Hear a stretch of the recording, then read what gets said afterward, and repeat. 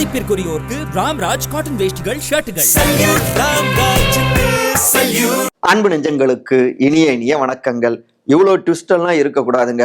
நொடிக்கு நொடி ஏதாவது பரபரப்பை பத்த வச்சுக்கிட்டே இருக்கீங்களே சத்தியமூர்த்தி பவன் அப்படின்னு அறிவாலயத்துடைய மைண்ட் வாய்ஸ் இருக்கலாங்க.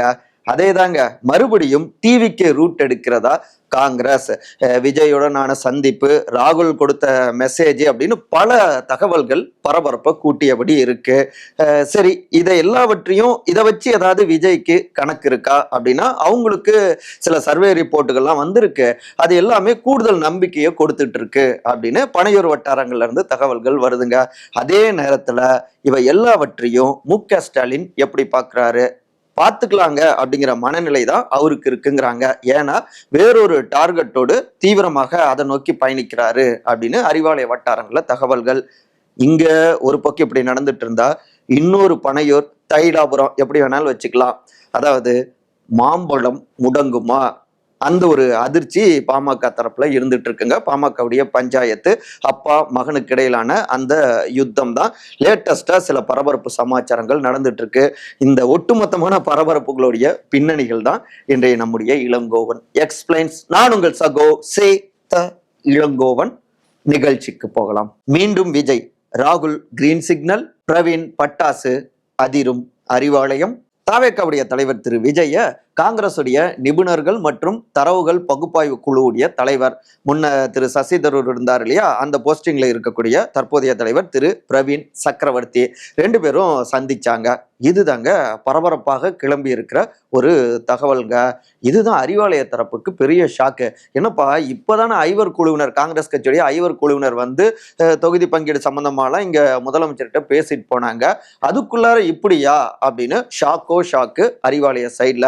அதே நேரத்துல இதற்கு பின்னணியில மக்களவை எதிர்கட்சி தலைவரான திரு ராகுல் காந்தி அவர் கிரீன் சிக்னல் கொடுத்ததுக்கு அப்புறம் தான் இப்படியான ஒரு சந்திப்புலாம் நிகழ்ந்தது அப்படின்லாம் பல தகவல்கள் வட்டம் அடிச்சிட்டு இருக்குங்க, பரபரப்பை கூட்டிட்டு இருக்கு. ஏன்னா பிரவீன் இருக்காரு இல்லைங்களா, அவரு ராகுல் காந்தி அவருக்கு ரொம்பவே நெருக்கம். எப்படின்னா வியூகங்களை வகுத்து கொடுப்பது, உத்திகளை வகுத்து கொடுப்பது, இப்படி ரெண்டு பேருக்கும் ஒரு கூடுதல் நெருக்கம் இருக்கு. அவர் சொல்லாமலா இவரு விஜயை சந்திச்சிருப்பாரு அப்படின்னு பரபரப்புகள் கிளம்பி இருக்கு. அதே நேரத்துல இங்க இந்தியா கூட்டணியில அப்படின்னு எடுத்துக்கிட்டோம்னா இங்க தமிழ்நாட்டை பொறுத்த வரைக்கும், இல்ல ஒவ்வொரு ஸ்டேட்லன்னு கூட சொல்லிக்கலாம், காங்கிரஸ் கட்சியில 2-3 நிலைப்பாடுகள் இருந்துகிட்டு இருக்கும். ஒரு சிலர் கூட்டணியில இருக்கின்ற ஆளுங்கட்சியை ஆதரிப்பாங்க, இல்லைன்னா கூட்டணி கட்சியை ஆதரிப்பாங்க. இன்னும் ஒரு சிலர் வேற ரூட் எடுப்போம் அப்படின்னு ஆளுக்கு ஒரு மாதிரி பேசுவாங்க. இங்க தமிழ்நாட்டுக்குள்ளாரையும் திமுக ஆதரவு, திமுக எதிர்ப்பு அப்படின்னு காங்கிரஸ் கட்சிக்குள்ளாரையும் பல்வேறு பிரிவுகள் இருந்துகிட்டு இருக்கு. அதுல பிரவீன் சக்கரவர்த்தி அவரை பொறுத்த வரைக்கும் திமுக அப்போஸ், அந்த அட்டாக் டீம்ல அவர் இருந்துட்டு இருக்காரு. இதுக்கு ஒரு சின்ன பிளாஷ்பேக்கும் இருந்துட்டு இருக்கு. என்னன்னா முன்பொரு காலத்தில் ராஜ்யசபா சீட்டு, மாநிலங்களவை சீட்டு அவரு திமுக ஆதரவோடு அவருக்கு கொடுக்கலாம் அப்படின்னு காங்கிரஸ்லாம் பிளான் பண்ணிட்டு இருந்தாங்க. ஆனா திமுக பொறுத்த வரைக்கும் அவருக்கு பெருசா சப்போர்ட் பண்ணல பிரவீனுக்கு. மறுபடியும் திரு ப சிதம்பரம் அவருக்கு அந்த சீட் ஒதுக்கப்பட்டது. நமக்கு ஒதுக்கலையே அப்படின்னு ஒரு கோபம் பிரவீனுக்கு இருந்துட்டு இருந்தது திமுக மேல. அதுக்கப்புறம் என்ன, தேர்தல் நெருங்குறப்ப ஒவ்வொன்றாக திமுக அட்டாக்கு. சமீபத்துல கூட நிறைய பேர் கூட்டம் சேர்த்துறதுக்கு அவ்வளோ ட்ரை பண்ணணும், ஆனா எந்த ஒரு செலவும் இல்லாமலே கூட்டம் அப்படி ஆயிரக்கணக்கில் லட்சக்கணக்கில் வராங்க. கூட்டத்தை கண்ட்ரோல் பண்றதே பெரும்பாடா இருக்கு விஜய்க்கு தாவேக்கால அப்படின்னு கொளுத்தி போட்டாரு எங்க திமுகவுக்கு எதிராக. இப்படி பல பின்கதைகள் இருந்துட்டு இருக்குங்க. அதே நேரத்துல தமிழ்நாடு காங்கிரஸ் கட்சியுடைய தலைவரான திரு செல்வ பெருந்தகை இப்படி சந்திச்சாங்களா அப்படிங்கிறதுலாம் எங்களுக்கு தெரியாது. திமுகவுடன் பேச்சுவார்த்தை நடத்துறதுக்கு ஐவர் குழு நியமிக்கப்பட்டிருக்கு. நாங்க எல்லோருமே பேசியிருக்கோம். விஜயை சந்திக்க பிரவீன் சக்கரவர்த்திக்கு நாங்க எந்த அனுமதியும் நாங்க கொடுக்கல. மற்றபடி இந்தியா கூட்டணி வலிமையா இருந்துகிட்டு இருக்கு, இரும்பு கோட்டை போல உறுதியா இருந்துகிட்டு இருக்கு, இதை யாராலையும் உடைக்க முடியாது அப்படின்னு பேசியிருக்காரு. மேலும் விஜய பிரவீன் சந்திச்சதுக்கு ஏதாவது புகைப்படம் இருக்கா, அப்படி ஒருவேளை அவர் சந்திச்சிருந்தாருன்னா அகில இந்திய தலைமை அது குறித்து முடிவெடுப்பாங்க அப்படின்னு பத்திரிகையாளர்கள்ட்ட தெரிவிச்சிருக்காரு தமிழ்நாடு காங்கிரஸ் கட்சியுடைய தலைவரான திரு செல்வ பெருந்தகைங்க. அவரு கராரா மறுத்து இருக்காரு. இருந்தாலும் கூட இந்த பரபரப்பு இருந்துகிட்டே இருக்கு இல்லையா, இதுல சில கணக்குகளும் இல்லாமல்ல. என்னன்னா தாவேக்காவோடு நெருக்கமாக பயணிச்சோம்னா நம்மளுடைய வலிமையும் இங்க கூடும். 2 திராவிட கட்சிகளுக்கு மாற்றாக ஒரு புதிய கட்சியோடு நெருக்கமாக பயணிச்ச மாதிரி இருக்கும். அது தமிழ்நாட்டுக்குள்ளார மறுபடியும் ஒரு தேசிய கட்சி, அதாவது நம்ம காங்கிரஸ் இங்க காலூன்ற ஒரு உதவியாகவும் இருக்கும். நம்ம இந்தியா கூட்டணியில இருந்தாலும் பல்வேறு மாநிலங்கள்ல நம்ம அதிகாரத்தை இழந்திருக்கோம். தமிழ்நாட்டுல 1967க்கு அப்புறம் ஒண்ணுமே கிடையாது, நமக்கு நேரடி அதிகாரத்துல இல்ல. இப்ப வேறொரு ரூட் எடுத்தோம்னா நமக்கு நிறைய தொகுதிகளும் கிடைக்கலாம். அப்படி காங்கிரஸ் சைட்ல இருந்து ஒரு கணக்கு ஓடிட்டு இருக்குங்க, பிரவீன் சைட்ல இருந்து. அது மட்டும் இல்லாம இப்படியெல்லாம் ஒரு நெருக்கம் காட்டுவதன் மூலமாக இந்த பக்கம் திமுகவில் அதிக தொகுதிகளை ஒதுக்கலாம், ஆட்சி அதிகாரத்தில் பங்கு அப்படிங்கிற அந்த இடத்துக்கும் அவங்க வரலாம் அப்படின்னும் சில கணக்குகள் ஓடுதுங்க. இதுல சில தகவல்கள்லாம் எப்படி வருதுன்னா, கிட்டத்தட்ட 60-70 தொகுதிகள் வெற்றிகரமான தொகுதிகள் என்ன அப்படின்னு லிஸ்டெல்லாம் 2 சைட்ல இருந்தும் பரிமாறப்பட்டிருக்கு அப்படின்லாம் தகவல்கள் பரபரப்பு தீய பற்ற வச்சுக்கிட்டு இருக்கு. அதே நேரத்தில் விஜய் அவரை பொறுத்த வரைக்கும் ஒரு தேசிய கட்சியோடு கூட்டணி அமைக்கிறப்ப, அதுவும் வலிமையான ஒரு தேசிய கட்சியோடு கூட்டணி அமைக்கிறப்ப இங்க மாநிலத்திலும் பல விஷயங்கள்ல சப்போர்ட்டிவா இருக்கும், மிக முக்கியமாக பொருளாதார ரீதியாகவும் சப்போர்ட்டா இருக்கும். இன்னொரு பக்கம் மற்றொரு தேசிய கட்சியான அதிகாரத்தில் இருக்கக்கூடிய பாஜகவை கொள்கை எதிரின்னு எதிர்க்கிறாங்க. ஸோ அவங்களை எதிர்க்கிறதுக்கும் இது உதவிகரமாக இருக்கும். இங்க காங்கிரஸோடு கூட்டணி சேர்றப்ப 50+ உடைய வாக்குகளையும் அறுவடை செய்ய முடியும். ஏற்கனவே விஜய்க்கு இருக்கக்கூடிய 20+ அவங்க கிட்ட இருக்கக்கூடிய செல்வாக்கு, அந்த வாக்குகளும் ஒன்று சேர்றப்ப இளமை முதுமை 2 வாக்குகளும் பெற்று 2026 ஆட்சி அதிகாரத்துக்கே வரலாம் அப்படின்னா விஜய் கிட்ட சில கணக்குகளை காங்கிரஸ் சைட்ல இருந்து தட்டி விட்டுருக்காங்க. அதாவது இந்த பிரவீன் அவருடைய சைட்ல இருந்து. ஸோ இப்படி பல வியூகங்களும் கருத்துக்களும் பின்னணியில ஓடிக்கொண்டே இருக்குங்க. அரசியல் கணக்குகளும் நெருங்குகிறதா காங்கிரஸ், விஜய் போடும் வெற்றி கணக்கு. தாவேக்காவுடைய தலைவர் திரு விஜயை பொறுத்த வரைக்கும் இப்போதான் கூடுதல் நம்பிக்கையும் உற்சாகமும் கிடைச்சிருக்கு. எப்படின்னா, முன்னாள் அமைச்சரான அதிமுகவில் சீனியரான திரு செங்கோட்டையன் தாவேக்காவில் இணைஞ்சாரு. இப்ப லேட்டஸ்டாக திரு நாஞ்சில் சம்பத் அவரும் தாவேக்காவில் இணைஞ்சிருக்காரு. செங்கோட்டையன் அவருடைய அனுபவம், அரசியல் அனுபவம் நிச்சயமா சப்போர்ட்டிவா இருக்கும். நாஞ்சில் சம்பத் அவர்களுடைய மேடை பேச்சு, அவருடைய முழக்கம், அது எல்லாமே கிராமங்கள் கிளைகள் வேறு வரை போய் விஜய் அவரை கொண்டு போய் சேர்க்கும். இன்னும் சொல்ல போனா திமுக அதிமுகவை சமாளிக்கிறதுக்கும் இவருடைய உரைகள் உதவிகரமாக இருக்கும் அப்படின்னு கணக்கு போடுறாங்க. ஒரு அனுபவம் வாய்ந்தவர்கள்லாம் இப்ப தாவேக்கா பக்கம் வந்திருக்கிறது நம்ம இந்த அரசியல் களத்துல அடுத்த கட்ட பரிமாணத்துக்கு வந்திருக்கோம் அப்படின்னு நினைக்கிறாரு விஜய். ரெண்டாவது பார்த்தோம்னா, அவருக்கு தொடர்ந்து வந்து கொண்டு இருக்கிற அந்த சர்வேக்கள், பல டீம்களோடு வச்சு அவங்க சர்வேக்கள்லாம் எடுத்துட்டு இருக்காங்க. இப்ப செங்கோட்டையன் அவர்களுடைய வருகைக்கு பிறகு நமக்கு கூடுதல் ஆதரவும் பெருகிருக்கு, ஒரு நம்பிக்கையும் கிடைச்சிருக்கு. கிட்டத்தட்ட ஒரு 70-80 தொகுதிகள் நமக்கு சாலிடாகவே ரொம்ப பாசிட்டிவா இருக்கு அப்படின்லாம் அவங்களுடைய டீம் பல்வேறு மாவட்டங்களும் இணைஞ்சு மண்டல வாரியாக எடுத்த சர்வேக்களுடைய ரிப்போர்ட்டுகளை தலைமைக்கு கொடுத்துருக்காங்க. ஸோ இது ஒரு நம்பிக்கையை கொடுத்துக்கிட்டு இருக்கு. அவங்க டீம் தான் இதெல்லாம் தெரிவிக்கிறாங்க.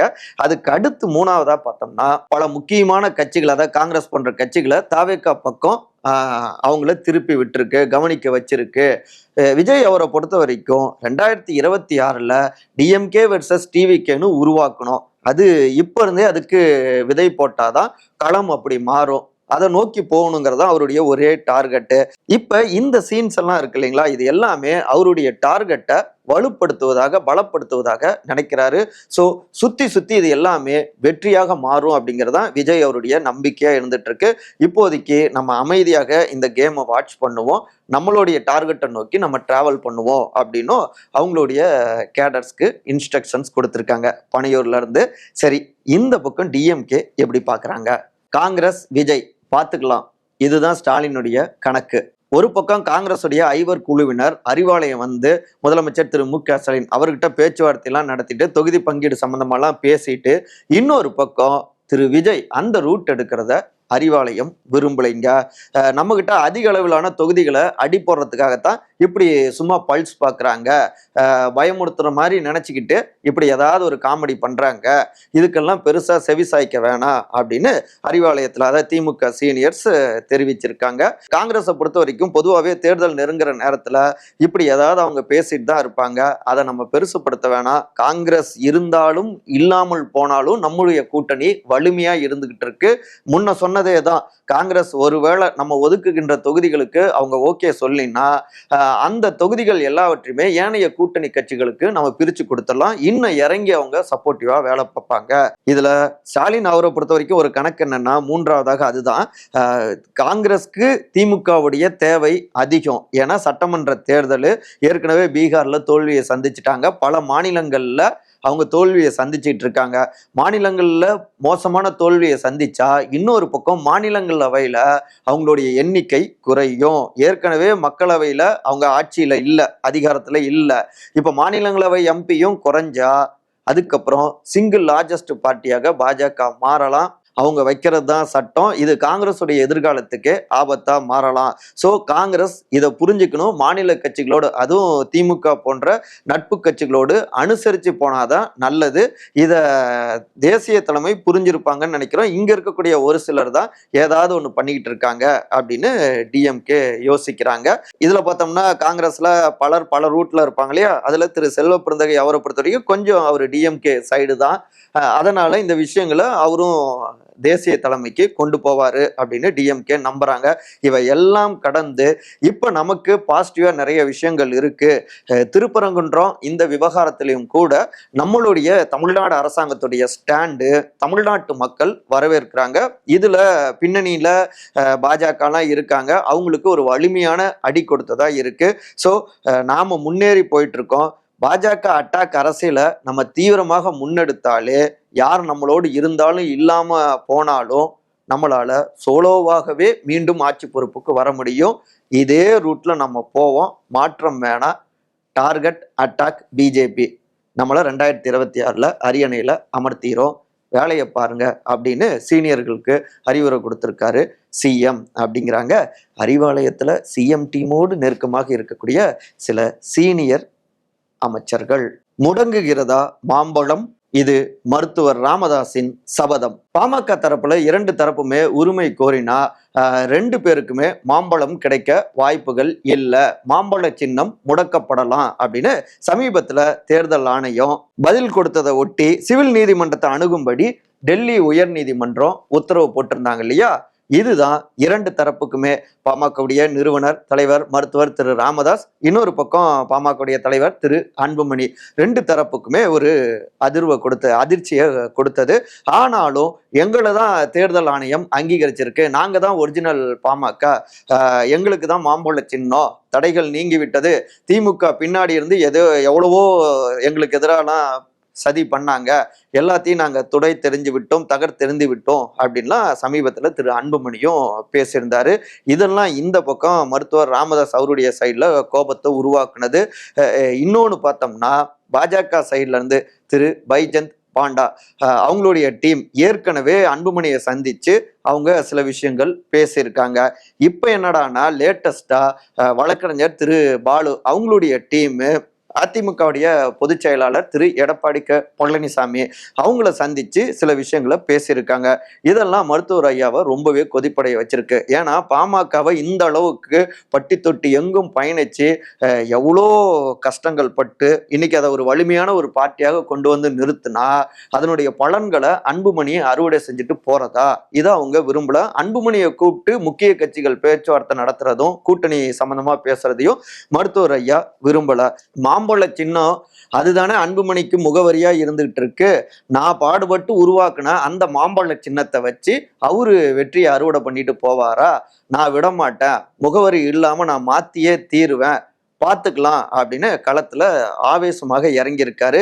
இன்றைக்கு டிசம்பர் 6ஆம் தேதி இந்த முக்கியமான நாள்ல பாமகவுடைய கௌரவ தலைவர் சட்டமன்ற உறுப்பினர் திரு கோகா மணி அவரு டெல்லியில போலீஸ்ல ஒரு புகாரும் கொடுத்திருக்காரு.